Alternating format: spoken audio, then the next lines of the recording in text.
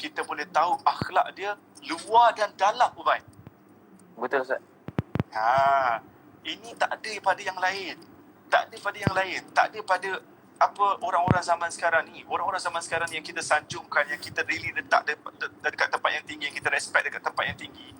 It is because one of the reason kita nampak dia punya appearances, kita nampak luaran dia, kita nampak mungkin bakat dia, talent dia, kepimpinan dia, kepandaian dia. Kita nampak all of that. Tapi kalau hanya melihat satu sisi luaran dan kita tak dapat lihat sisi dalaman, maka sebenarnya orang itu tak layak menjadi idola yang paling baik untuk kita. Sebab ini saya nak tegaskan kenapa Nabi Muhammad SAW paling pantas, paling layak, dah cakap Indonesia dah, paling pantas, paling layak untuk menjadi idola kita, sebab kita boleh go through hadis Nabi dan kita dapat lihat karakter Nabi luar dan dalam. Macam mana dalam rumah Nabi punya karakter, dekat luar rumah punya karakter, dekat dalam rumah punya karakter, kita boleh tahu. Faham tak, Ubay? Macam mana nak tahu? Ubay, kalau seorang suami, saya tanya, seorang suami, mungkin dia boleh tunjuk dia seorang yang power dekat luar rumah, betul tak? Dekat depan orang ramai, dengan kewibawaan dia. Tapi dekat dalam rumah, boleh tak dia nak tipu seorang isteri? No way, Ubay. No way, betul? Tapi amazing tentang Nabi, ini yang saya ingat sampai sekarang, Ubay. Yang amazing tentang Nabi kita, Ubay, dalam rumah, luar rumah, hadis yang menyampaikan tentang akhlak Nabi datang daripada isteri Nabi tau. Daripada Aisyah.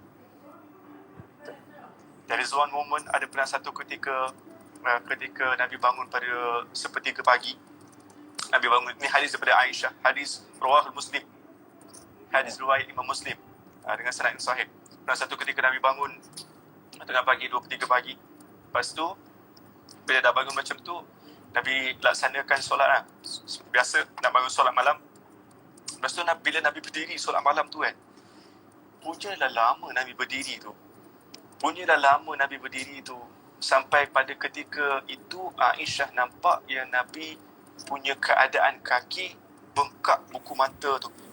Dia punya mata buku lali tu, kedua-dua belah kaki bengkak sampai macam tu. Lepas tu Aisyah tanya soalan yang lebih kurang sama dengan satu hadis yang lain, hadis dalam riwayat Imam Muslim juga. Hadis ni datang daripada Mughirah ibn Syu'bah. Ketika waktu tu Mughirah pun macam tak puas hati Abang. Dia macam nak tahu juga kan. Dia tak puas hati tengok Nabi solat sampai keadaan kaki tu nampak kritikal tau.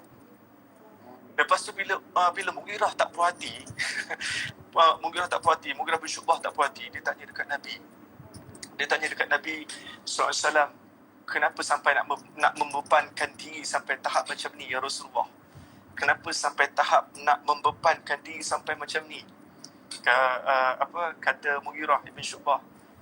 Lepas tu sebab kalau ikutkan, Mughirah sambung lepas tu, kalau ikutkan sesungguhnya kata Mughirah bin Syu'bah, waqad ghafarallahu laka ma taqaddama min zanbik. Kalau ikutkan engkau tu, wahai Rasulullah, engkau tu dah dijamin dengan pengampunan dosa yang telah lalu. Wa ma ta'akhkhar, dan juga pada masa yang akan datang. Engkau tu Rasulullah, kenapa nak solat sampai macam ni? Sedangkan engkau tu dah dijamin oleh Allah akan diampunkan dosa yang lalu, baik, dan juga dosa yang pada masa akan datang. Dah diampunkan. Lepas tu apa jawapan Nabi? Nabi tetap berikan jawapan yang sama. Afala akunu abdan syakura ya Mughirah. Apalah salahnya kalau aku nak menjadi seorang yang bersyukur, wahai Mughirah? Jawapan yang sama juga yang ditanya dan diberikan oleh Nabi kepada Aisyah ketika ditanya oleh Aisyah. Afala akunu abdan syakura ya Aisyah, apalah salahnya untuk aku menjadi seorang yang bersyukur? Bila Aisyah nampak Nabi solat punya lama sampai bengkak kedua buku lali kaki, bila Mughirah nampak Nabi solat lama sampai tahap kaki nampak teruk, Mughirah pun persoalkan tentang itu kepada Nabi. Aisyah mempersoalkan yang sama pada Nabi. Tapi jawapan Nabi sama, konsisten. Ini yang weird. Ini yang sebenarnya, kalau dia bukan weird tau. Kalau Ubay boleh nampak apa yang saya nak sampaikan malam ni, Ubay akan nampak satu benda yang really besar yang Nabi sedang tunjukkan pada kita daripada kata-kata Nabi tadi. Afala akunu abdan syakura.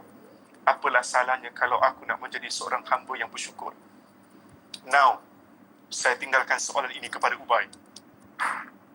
Saya tinggalkan soalan ini kepada semua viewers kita yang tengah menonton live kita pada malam ini.